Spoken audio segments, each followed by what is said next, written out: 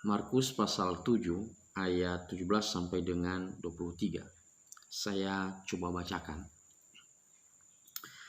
Sesudah ia masuk ke sebuah rumah untuk menyingkir dari orang banyak, murid-muridnya bertanya kepadanya tentang arti perumpamaan itu. Maka jawabnya, "Apakah kamu juga tidak dapat memahaminya? Tidak tahukah kamu bahwa segala sesuatu dari luar yang masuk ke dalam seseorang tidak dapat menajiskannya?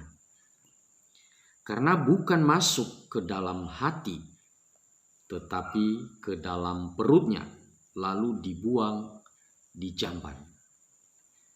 Dengan demikian, ia menyatakan semua makanan halal. Katanya lagi, apa yang keluar dari seseorang, itulah yang menajiskannya.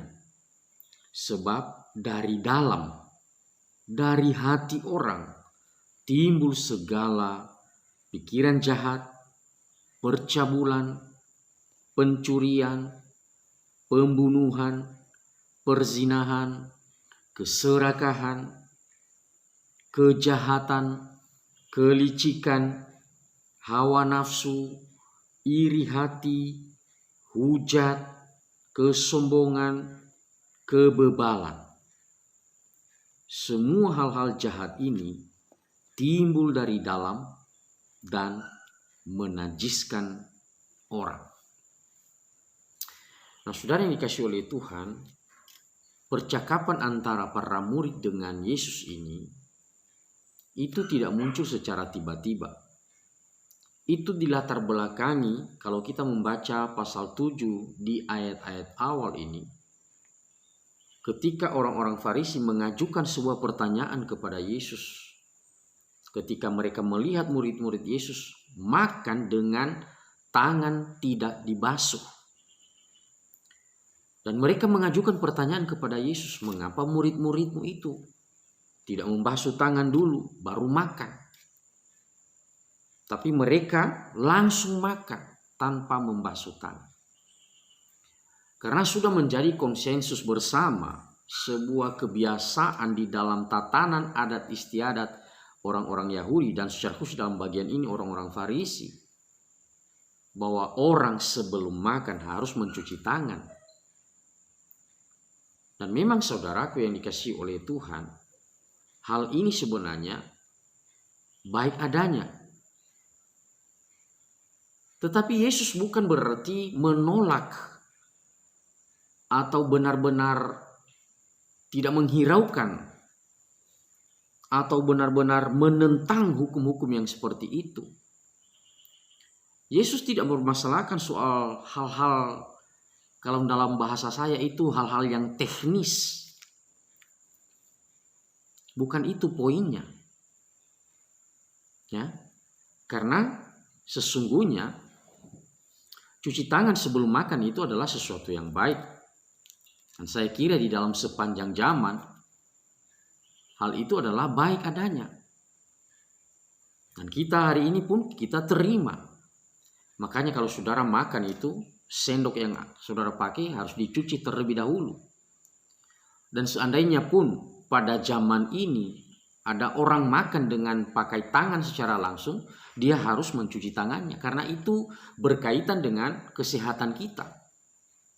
Jangan sampai tangan kita sudah dihinggapi oleh virus atau bakteri, dan kita langsung memegang makanan kita, dan kita masukkan ke dalam mulut kita, dan itu justru mendatangkan sakit penyakit. Bukan soal hal-hal teknis yang seperti itu yang dikritisi oleh Yesus. Tidak. Tetapi motivasi di balik pelaksanaan semua aturan adat istiadat itu yang menjadi permasalahannya. Kenapa? Orang-orang Farisi sebenarnya mengajukan pertanyaan itu bukan karena dilatar belakangi oleh rasa ingin tahu untuk memuaskan rasa ingin tahunya mereka. Tidak. Bukan karena mereka tidak tahu. Bukan.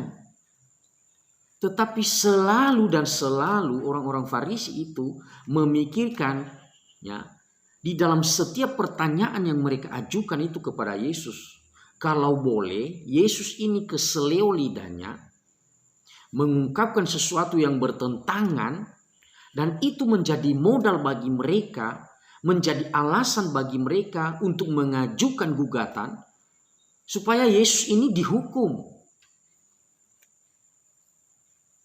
Jadi apa yang melatar belakangi, apa yang menjadi motivasi dari di dalam pelaksanaan semua aturan itu yang dikritisi oleh Yesus. Bukan soal metode makan, bukan soal cara makan. Karena kadang-kadang kalau misalnya kita juga tahu bahwa kita belum memegang yang kotor dan situasi mendesak, ya orang bisa aja makan tanpa harus basuh tangan. Kalau memang tangannya dalam kondisi yang steril. Tapi sekali lagi bukan soal cara metode makan. Bukan. Tetapi motivasi di balik pelaksanaan semua aturan adat istiadat mereka. Itu yang dikritisi oleh Yesus. Seringkali mereka melakukan semua aturan adat istiadat itu supaya orang melihat, ya, supaya orang menyaksikan bahwa mereka seakan-akan orang yang takut akan Tuhan, orang yang mengasihi Tuhan. Dan justru itu yang Yesus koreksi, itu adalah sebuah bentuk kesombongan orang-orang Farisi. Itu sebuah bentuk kemunafikan. Kenapa? Karena sesungguhnya orang yang cinta akan Tuhan itu, panggilannya di dalam kepercayaannya kepada Tuhan itu harus berpadanan dengan cara hidupnya. Maka Yesus dalam bagian ini mengkritisi motivasi di balik ketaatan mereka pada hukum-hukum adat istiadatnya mereka itu.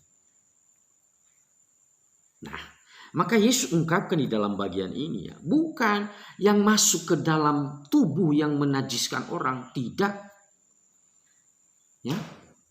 Bahkan, ya, dari percakapan ini muncul sebuah ide baru atau pikiran yang baru, ya, yang diungkap oleh Yesus bahwa semua makanan itu halal. Coba perhatikan tadi, ya, di dalam ayatnya yang ke 19. Ya. Dengan demikian ia menyatakan semua makanan halal. Ya. Jadi ini berkaitannya antara makan dengan makanan, cara makan dengan makanan itu sangat berkaitan. Dan Yesus mengungkapkan sebuah kebenaran yang lebih besar lagi. Ya. Kalau di dalam kebudayaan, adat istiadat orang-orang Yahudi, ada pembedaan-pembedaan tentang makanan. Ya, ada daging yang boleh dimakan, ada daging yang tidak boleh dimakan, dan sebagainya. Sekarang Yesus katakan bahwa semuanya itu tidak menjadi penghalang. Dan Markus memberikan catatan ini bahwa dengan demikian Yesus menyatakan semua makanan halal adanya. Jadi sekali lagi permasalahan yang diungkap di sini adalah motivasi yang mendasari orang-orang Farisi melakukan semua aturan adat istiadat itu. Itu adanya di dalam hati Bapak Ibu. Maka Yesus berkata di dalam menjawab pertanyaan para murid itu. Dia berkata di dalam ayatnya yang ke-18. Apakah kamu juga tidak dapat memahaminya? Tidak tahukah kamu bahwa segala sesuatu dari luar yang menajis, yang masuk ke dalam seseorang tidak dapat menajiskannya? Karena apa? Karena bukan masuk ke dalam hati,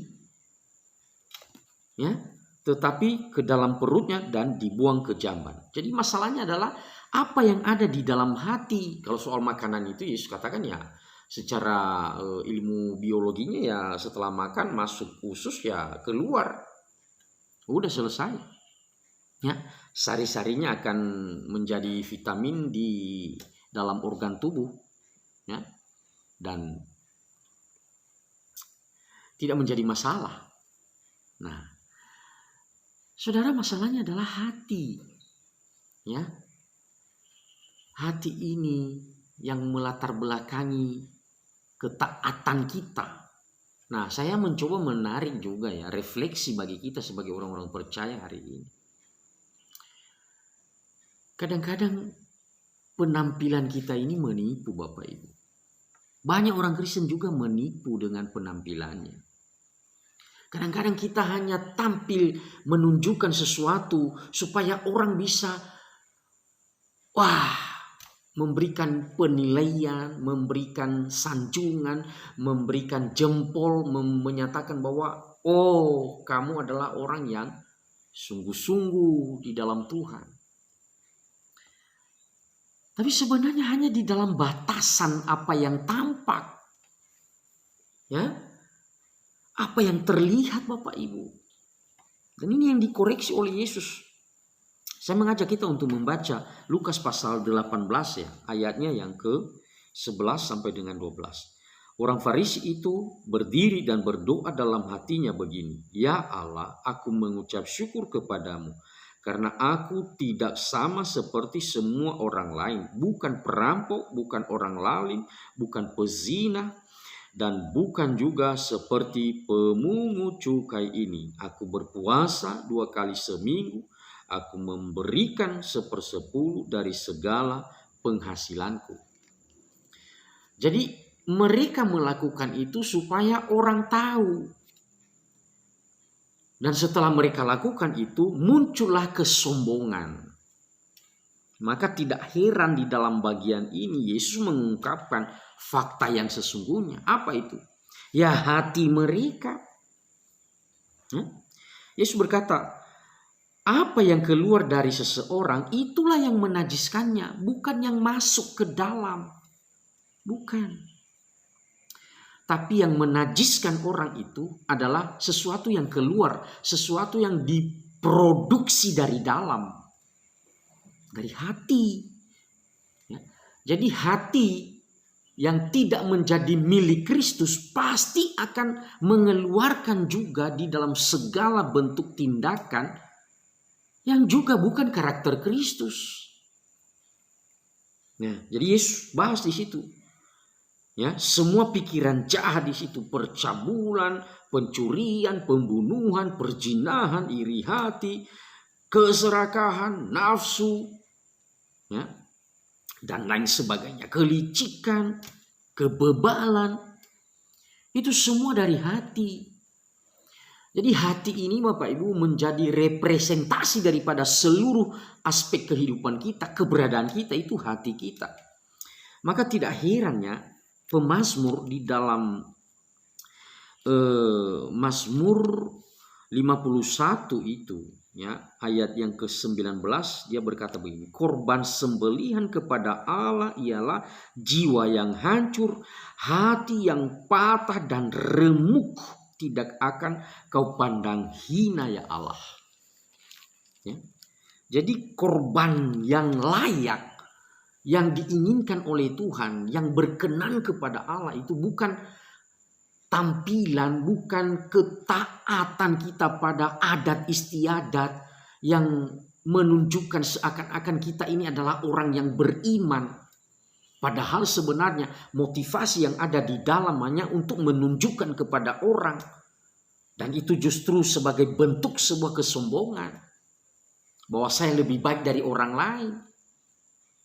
Tapi Yesus ungkapkan di dalam bagian ini. Hati yang sudah dikuasai oleh Roh Kudus. Hati di mana Yesus Kristuslah yang bertakhta di dalamnya. Itulah yang lebih penting. Sehingga pelaksanaan hukum-hukum itu, pelaksanaan hal-hal, metode, cara makan dan lain sebagainya itu, ya, itu ditentukan oleh sikap hati kita. Jadi Bapak Ibu, hati ini adalah sebuah kalau saya boleh katakan ya, pusat daripada kehidupan kita, ya. Dan karena pusat daripada kehidupan kita, representasi daripada keberadaan kita, maka ini penting, ya, penting. Yang menjadi pertanyaan, siapa yang berkuasa di dalam hatimu? Kalau orang-orang Farisi itu yang berkuasa dalam hati mereka ya iblis. Kenapa? Karena rencana mereka di dalam mengajukan pertanyaan kepada Yesus untuk menjatuhkan Yesus. Ya. Mudah-mudahan Yesus keseleo lidahnya, mudah-mudahan Yesus salah, dan itu menjadi bahan bagi mereka untuk menggugat, menghukum dia. Itu kan yang kita tahu dalam cerita Injil ya, sampai nanti kepada kejadian disalib di Bukit Golgota. Ya, itu yang mereka kerjakan, tuduhan-tuduhan, fitnah, ya, dan ya segala macam usaha untuk menjatuhkan Yesus. Dan inilah yang Yesus singgung dalam bagian ini. Jadi hati. Nah, tema kita hari ini yaitu Tuhan mengetahui isi hatimu. Itu luar biasa ya, luar biasa.